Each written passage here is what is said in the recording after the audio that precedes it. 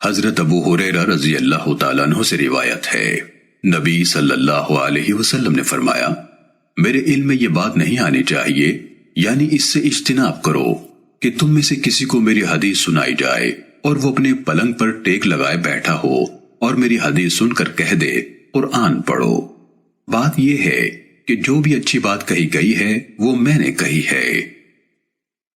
سننے ابن ماجہ حدیث نمبر 21۔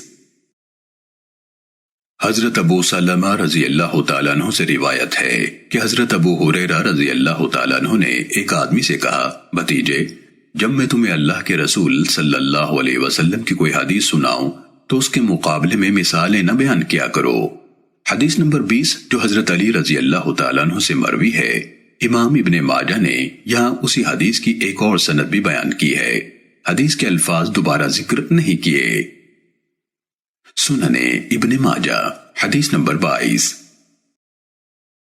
حضرت عمر بن میمون رحمت اللہ علیہ بیان کرتے ہیں کہ میں ہر جمعرات کو بلا ناغہ دن ڈھلے حضرت عبداللہ بن مسعود رضی اللہ تعالیٰ عنہ کی خدمت میں حاضر ہوتا تھا۔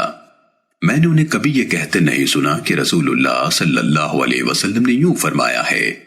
ایک دن انہوں نے فرمایا، رسول اللہ صلی اللہ علیہ وسلم نے فرمایا، اس کے بعد سر جھکا لیا، یعنی خاموش ہو گئے۔ میں نے آپ کی طرف نظر اٹھائی تو دیکھا کہ وہ قمیص کے بٹن کھولے کھڑے ہیں، آنکھیں بھر آئی ہیں اور رگیں پھول گئی ہیں، یعنی حدیث بیان کرنے کی ہمت نہیں ہو رہی۔ آخر فرمایا، آپ صلی اللہ علیہ وسلم نے یہی ارشاد فرمایا تھا، یا اس سے کم و بیش، یا اس سے قریب، یا اس سے ملتے جلتے الفاظ فرمائے تھے۔ سننے ابن ماجہ حدیث نمبر 23۔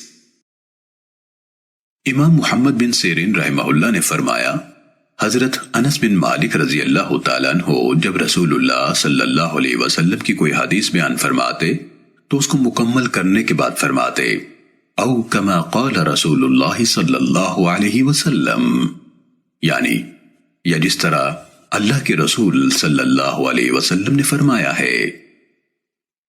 سننے ابن ماجہ حدیث نمبر 24۔ حضرت عبد الرحمن بن ابی لیلہ رحمت اللہ علیہ سے روایت ہے، انہوں نے فرمایا، ہم نے زید بن ارقم رضی اللہ تعالیٰ عنہ سے عرض کیا کہ ہمیں اللہ کے رسول صلی اللہ علیہ وسلم کی حدیث سنائیے۔ انہوں نے فرمایا، ہم بوڑھے ہو گئے ہیں اور بھولنے لگے ہیں، جبکہ رسول اللہ صلی اللہ علیہ وسلم کی حدیث بیان کرنا بہت مشکل کام ہے۔ سننے ابن ماجہ حدیث نمبر 25۔